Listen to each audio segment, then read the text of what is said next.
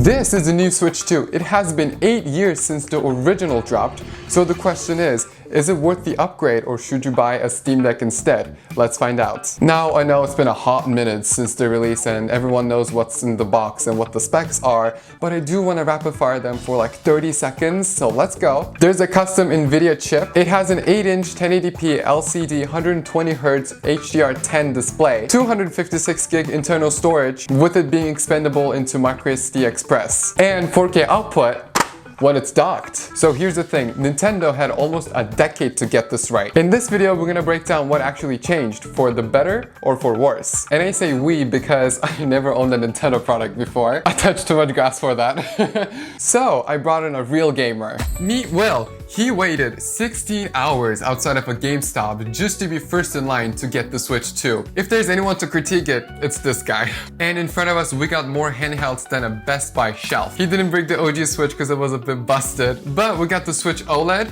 the Steam Deck, and the Switch 2. So Will, you had the console since the launch day. What are your first impressions like? So, upon initial impressions, this console is a significant improvement in hardware quality compared to the Switch OLED. Not in all ways though.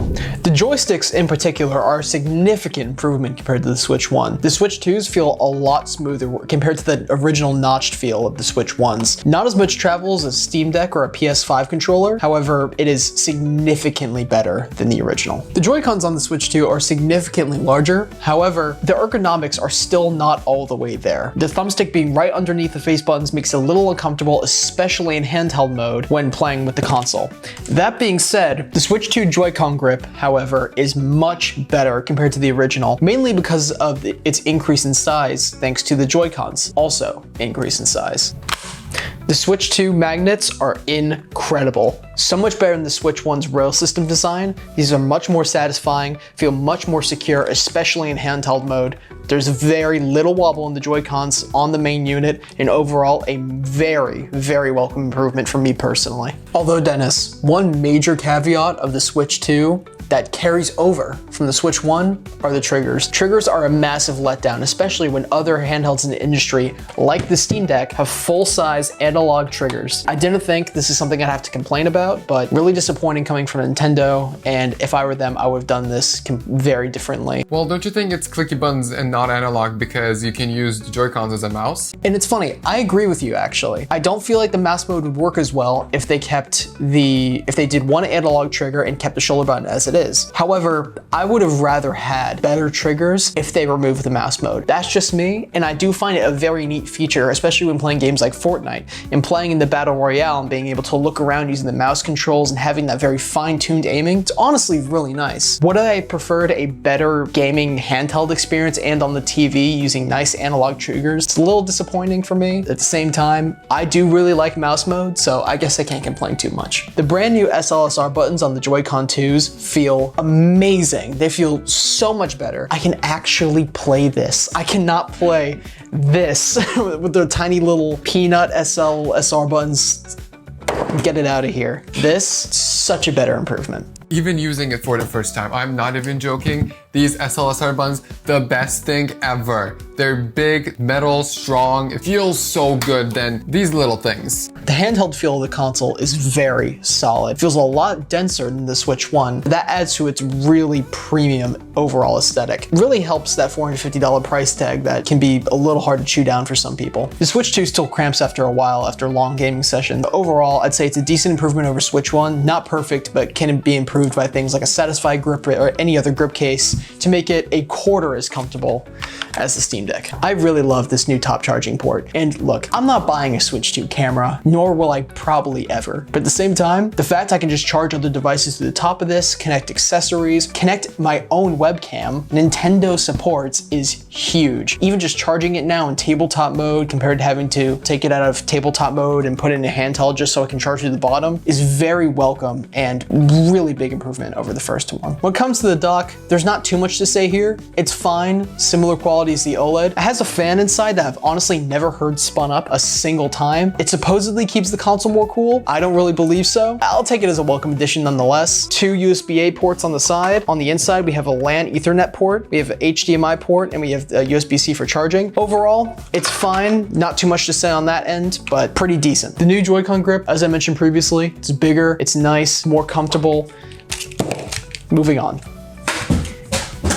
This one, Dennis, I was excited to talk about. The new speakers. Switch 2 speakers are absolutely fantastic. They don't sound maybe quite as good as my Steam Deck, although, you know what? My ears could be failing me. These speakers are phenomenal. They are fantastic. The Switch 1 speakers always sounded a bit tinny to me. They lacked low end and didn't really have good stereo separation. These sound amazing and honestly probably one of the best changes they made so far with the Switch 2. Because the last Switch was an OLED display, a lot of people are upset that they went back to a traditional LCD display. Regarding the quality of this display, I think I'd rather hand it to Dennis, who has just gotten his hands on both the OLED and the LCD Switch 2 for the very first time. And as Will said, this is my first time actually seeing the OLED and the Switch 2, and when I first saw the Switch 2, I just said wow and nothing else. Because the Switch 2 screen is an improvement on every way. The quality is better, the brightness is better, the refresh rate is better. It's just better in every way. Yes, people always say that it's OLED, you know, it's gonna be darker. The contrast, yes,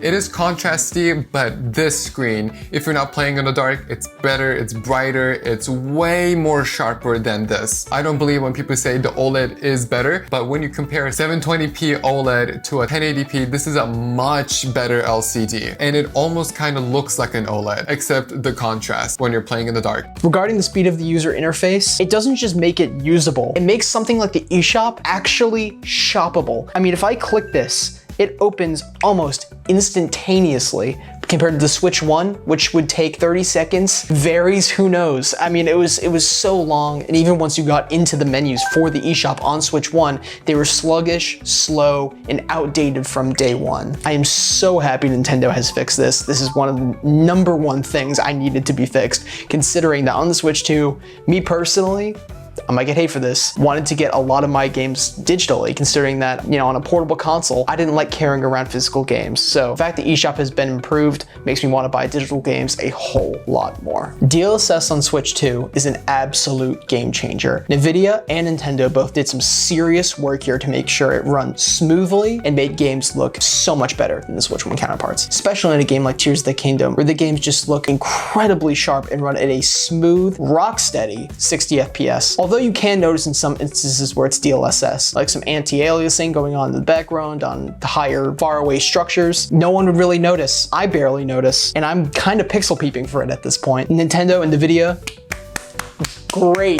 great job. This was a perfect addition for the Switch 2. Regarding game chat and game share, they're nice. Game chat, it's really nice to talk with friends on the actual native, you know, console that you're playing instead of having to use a stupid phone app with like the Switch 1. I haven't used it too much considering that I only know 2 other guys who own a Switch 2 in the first place. You know, it's convenient to just be able to get on a quick call and then hop off. Regarding game share, the fact you can stream games locally and then with 2 Switch 2s wirelessly over the internet, game together like it's couch co-op even if the other person does not own the game. It's just like the DS download play days, but even improved from Switch 2 to Switch 2. Virtual game cards, I'm not really a big fan. I feel like there's an easier way to do this. PlayStation, Xbox have already had this solved for years. Do not understand why Nintendo cannot figure out how to do digital games correctly. It's not the end of the console, but it's also not my favorite part either. Another major win on this console, Dennis, is the backwards compatibility. All my Switch 1 games have ran without issue, minus some weird exceptions digitally, like the YouTube app. They work flawlessly and run much better than they originally did. I think it is a major win for those that just want to carry their library over like me, who just want to keep playing their old Switch 1 games and want to play the new Switch 2 games that have yet to come. $80 games. Pull your guns out. Sorry, wallets.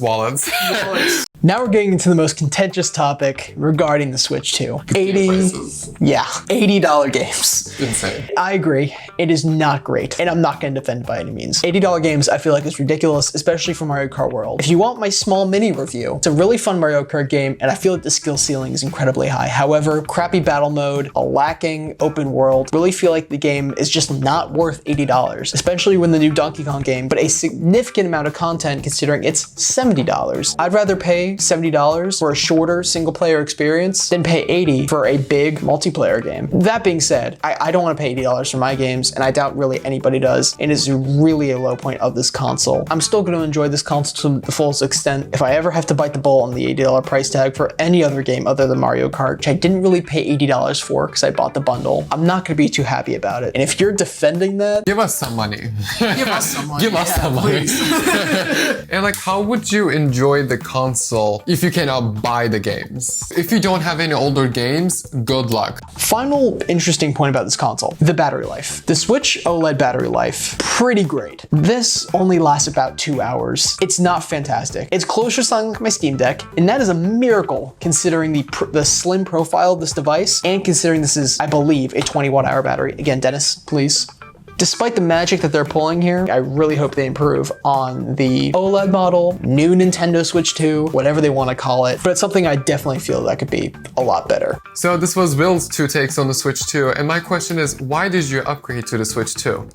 Dennis, it's simple. I'm a nerd, and I love my Nintendo consoles. To sum up my feelings on the Switch 2, honestly, I'm pretty content with this console. It's a solid piece of hardware. It's a good upgrade over the Switch 1. There are absolutely issues with this console, and I want to make that very clear. $80 games is unacceptable. The battery life is not so great. The triggers being what they are after 8 years, it's just ridiculous to me. But at the same time, with it just being a solid upgrade over the Switch 1, that's all I feel like I needed. I hope Nintendo goes back on the things they did wrong with this and either improve it over time or improve it with a Switch 2 OLED. I do think this is a solid console, but Dennis, this is your first impression with both the OLED and the Switch 2. Like, what did you think about the consoles? I would love to take over because he said, this is my first time actually touching the original Switch and the Switch 2, and every upgrade that has been done to the Switch 2 I think is worth it. The screen is awesome, the speakers are awesome, again the loading times are great. The only thing I feel like it is lacking is just no first party games at launch. And this is not a buying recommendation video, but you know, when people say should I buy the Switch 2, you should because it's an upgrade, but if you want to play new games, there are no new games for this. If you have older games and want a better fidelity, yes, this screen is beautiful no matter what people say over the OLED. I actually prefer the LCD one way more than this, and I think it's just a great upgrade overall. I will actually consider buying this as a first-time Nintendo owner, but price is the first thing that's holding me back from it.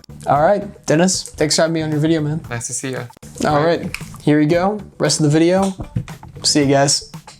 Thank you, Will, for bringing the console, and this was our 2 takes on the Switch 2. What do you think of the Switch? Let me know down in the comments below, and like and subscribe for more.